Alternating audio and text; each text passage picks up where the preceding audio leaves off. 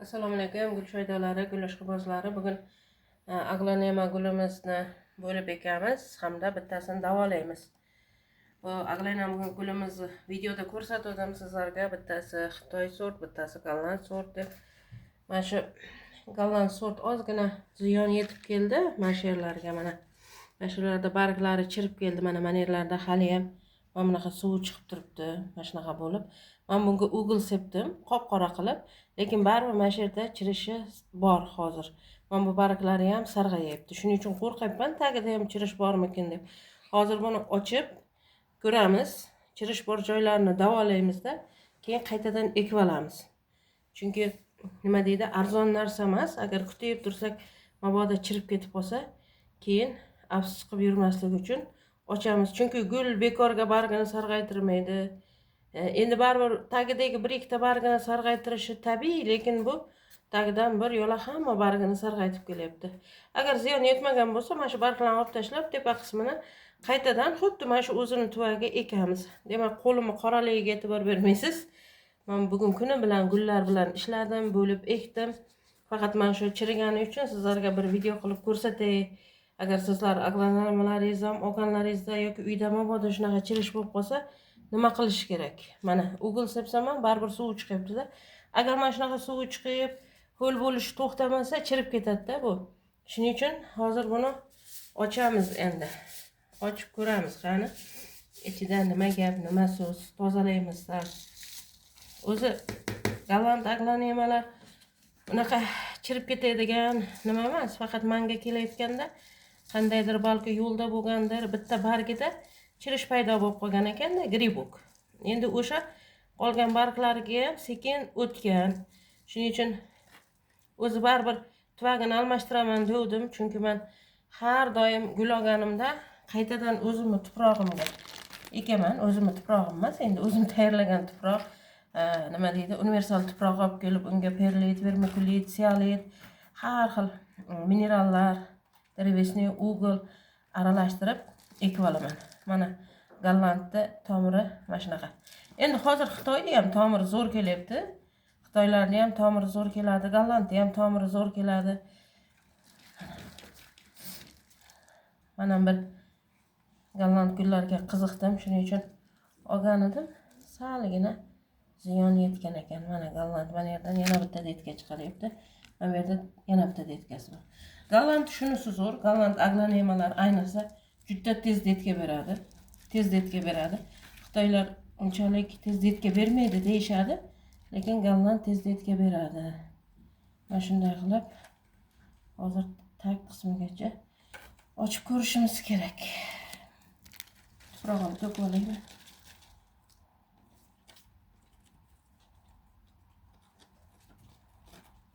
O'zimni tuprog'imga rixli deganda endi havo o'tkazuvchan, yengil tuproq bo'ladi-da, o'shanga ekaman. Buni o'zini tuprog'i ham yomon emas, ko'rib turibsizlar. Qop-qora, juda unumdor, lekin shu paytgacha uni nimasi qoldimi, yo'qmi bilmayman. Mana barglari sarg'aygan. Mana bu bargini qoldiramiz, chunki tagida detkasi bor. Mana shu bargi bilan detkasi chiqib kelyapti. Uni olib tashlasak, hozir detkasi ham nobud bo'lishi mumkin. Shuning uchun bargini qoldiramiz. Mana bu yerda nima bor? Mana bu yerda yana bitta detka bor. Hamma yog'i detka ekan buni.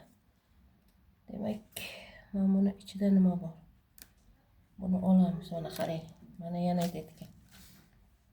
Bargini olib tashladim. Shu bilan nechta detka tagida? Anchagina. Bitta, ikkita, uchta, to'rtta detka.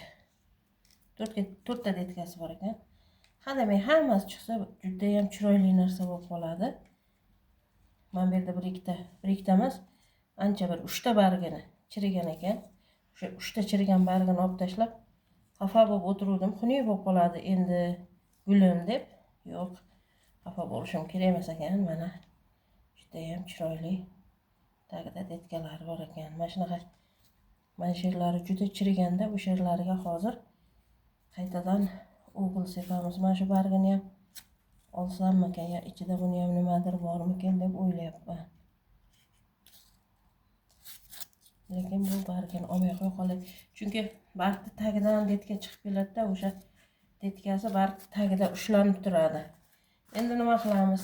Boshqatdan yana o'g'il sepamiz bunga mana. Mana shu nimalarga zarar yetgan joyiga. Boshqatdan o'g'il sepamiz. Tomirlarga ham ozgina separamiz. O'g'ilda ziyoni yo'q. Ozgina sepsak hech narsa qilmaydi, faqat qo'limiz qorayib ketadi, gulimiz qorayib ketadi shu. Mana aglanemalar.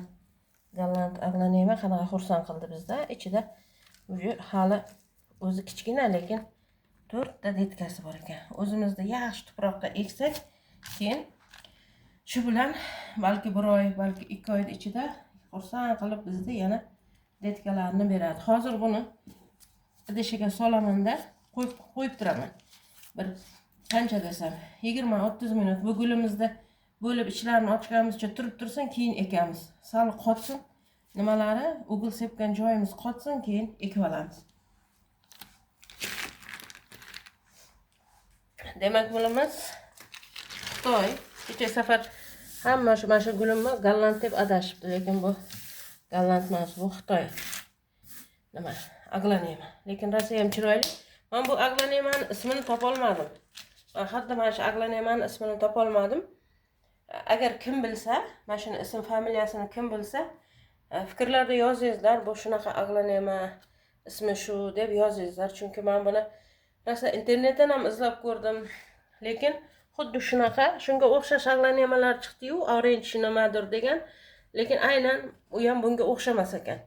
Shuning uchun kim bilsa, agar shu aglanemani nomini aytib yuborsalaringiz, keyin shu bilan nima deydi, o'zini ism familiyasini qo'yib olardik-da. Chunki baribir hamma nimalar kimdir sotib olmoqchi bo'lsa so'raydi, o'zi buni nimasi, ismi nima deb. Mana. Demak, mana ochib oldik tomirini. Tomirini ko'ryapsizlar, buniki ham yomon emas, zo'r buniki ham. Lekin gul hali juda unaqa katta emas ekan. Chunki Xitoy gullari o'zi shunaqa tomir bo'ladiki, umuman egallab olingan bo'ladi. Lekin buniki unaqa emas ekan, lekin tomirlari haqiqatan ham chiroyli. Juda ham chiroyli ekan tomirlari.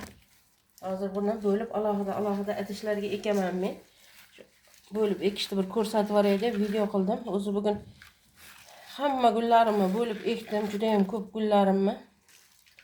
Ayni shu aglanemani, keyin Rikta Xitoy gullarini, gallant global yo'q, Marble Green bilan Marble Planetni olib qoldim. Uni ham bo'lib ekishni ko'rsataman deb.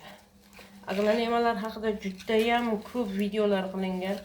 Juda ham ko'p gulchilar aytib o'tgan. Mana qarang, bu oldin kichkinaroq idishda bo'lgan ekan. Mana ko'ryapsizmi? Kichkinaroq idishda o'ralgan bo'lgan. Keyin sal kattaroq idishga o'tkazilgan. Mana tomiri mana yerda o'ralib turibdi-da buni. Mana. O'zi asli Xitoy gullarini ochganimizda tomiri rosa o'ralib ketgan bo'ladi-da. Butun nimani egallab olgan bo'lardi, nima edi? Tuvakda. Lekin bu mana unaqa emas ekan. Demak, endi buni bo'lishimiz kerak. Sekin tamam. O'zi sug'ursak bitta chiqib kelaveradi mana. Mana shunday bo'lib, tagida sarg'aygan barglarni bir ikkitasini olib tashlayman. Menga kerak emas sarg'aygan barglari. Barglarni olganimizda o'g'il sepamiz. Chunki o'sha yerda barg olganimizdan keyin nima chiqadi? Suv chiqadi. Keyinchalik o'sha yerdan chirish boshlanishi mumkin. Shuning uchun o'g'il sepish kerak. O'g'il eng birinchi yordamda gullar uchun. Kim gul o'stirsa, uyda albatta darvesning o'g'ilda maydasi bo'lishi kerak. Shart bu. Ana nima deydi? Birinchi tez yordam bu gullarimiz uchun. Chirisa ham, nima qilsa ham mana shu o'g'ildan sepsak yaxshi bo'lib ketadi. Demak, bilmadim bu qiz nechta chiqadi? 5 tami? 6 ta chiqsa kerak. Aglanema gullari o'zi unaqa injiq bo'lmaydi. Lekin ko'p suv quyib yuborsangiz, chiriydi. Ko'p suv qo'yib yuborish kerak emas aglanemalarga ham. juda ham chirishga moyil bo'ladi. Mana shunday qilib ekib olamiz. Mana bu yerda bitta kichkinagina nimachasi ham bor ekan. Bolachasi. Juda ham kichkina, tagi chirigan. Buni ham ekib qo'yamiz, qani. Ekib qo'yamiz, keyin ko'ramiz. Hozir men bittasini ekib ko'rsataman sizlarga. Chunki hammasini ekkanimcha hozir 1 soat vaqt o'tib ketadi. Joylashtirib, o'qil sepib, ekib olganimcha bittasini ekib ko'rsataman-da, keyin oxirida yana ko'rsataman qanaqa. Mana bunaqa stakancha, mana chuqurroq, bu 500 grammlik stakan bo'lishi kerak. Shunga sig'diraman endi hozir. Bittasini ekib ko'rsatamiz. Chunki boshqa nimam yo'q meni. Nima deydi? Stakanim yo'q. Men bu bargi olinmagandan ekib ko'rsatyapman. Chunki bargi olganimizga nima sepamiz-ku, o'g'il. O'g'il sepgandan keyin birdan ekmaymiz. Eng bo'lmaganda 10 minut yoki bo'lmasa yarim soat turish kerak. Mana. Sizlar aytishlaringiz mumkin, nimaga buncha kichkina idishga ekyapsiz deb. O'zi gullarni mana shunaqa kichkina idishga ekaman men har doim. Nima uchun? Chunki bilasizlar, men bu chirinkalarni sotuvga qo'yaman. Sotuvga qo'yganimdan keyin men tez sotaman. Shuning uchun mana shu nimada stakanchada rivojlanib turaveradi. Keyin nima qilamiz? Nima deydi? Olgan odam balki o'zi keyin almashtirib olar. Lekin mana shu turishi ham mana shu gulga kelasi yil bahorgacha yetadi. Chunki gulni hech qachon katta idishga ekish kerak emas. Biz o'rganib qolganmiz. Mana shuncha gulni, mana men juda ham ko'p Telegram gruppamda mana shu kattalikdagi gulni 5 litr, 7 litr tuvaklarga ekib qo'yganlar borda. Yo'q, gulni unaqa qilish kerak emas, gulni qiynash kerak emas. Gul juda ham kichkina tuvakda turish kerak. Juda ham kichkina bo'lish kerak tuvagi. Demak, hozir buni 700 grammlik stakanchaga eksagan bo'lardi. Menda hozir eng kattasi mana shu 500 gram ekan. Shuning uchun 1 litrlik tuvak bo'lsa yoki 500 grammlik tuvak bo'lsa, 700 grammlik unga eksa ham bo'ladi. Mana bunaqa qilib tagiga mana bunday qilmasangiz, mana yerda ochiq qolib ketadi mana. Shuning uchun ekayotgan paytda birinchi tagiga tuproq tushirib olish kerak. Mana shunday qilib tushirib olasiz tuproqni. Ana undan keyin ustidan yana sekin-sekin solamiz.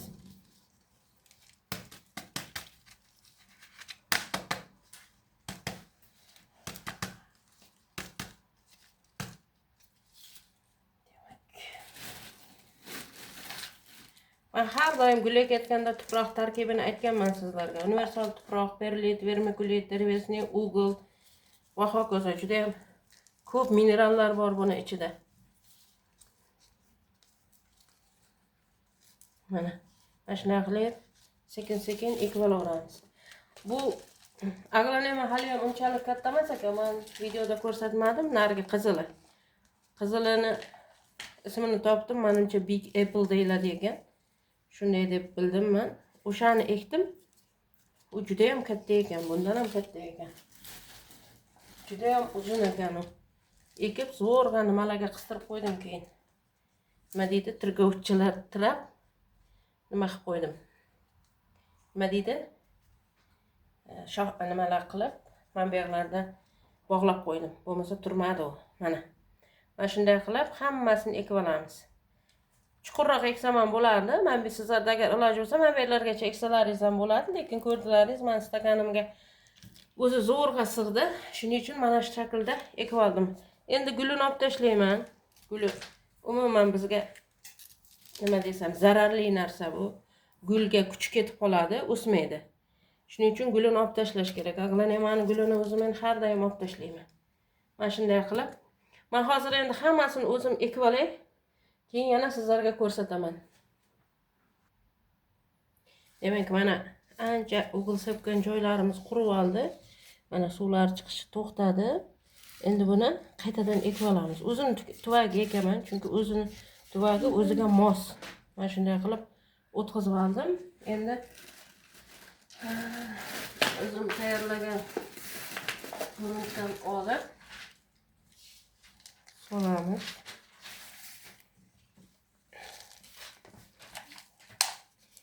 Tuprog'ingiz qancha yaxshi bo'lsa, qancha minerallar ko'p solingan bo'lsa, tuprog'ingiz nima desam, kuchi ko'p bo'lsa, gul shunchalik yaxshi o'sadi.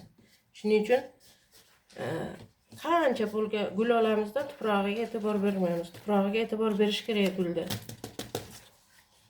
Tagiga drenaj solmadim.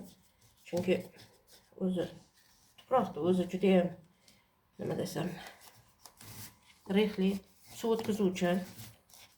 Mana shunday qilib barmog'ingiz bilan tuproqni sekin-sekin joylashtirmasangiz, oralig'ida nima qolib ketadi? Havo qolib ketadi.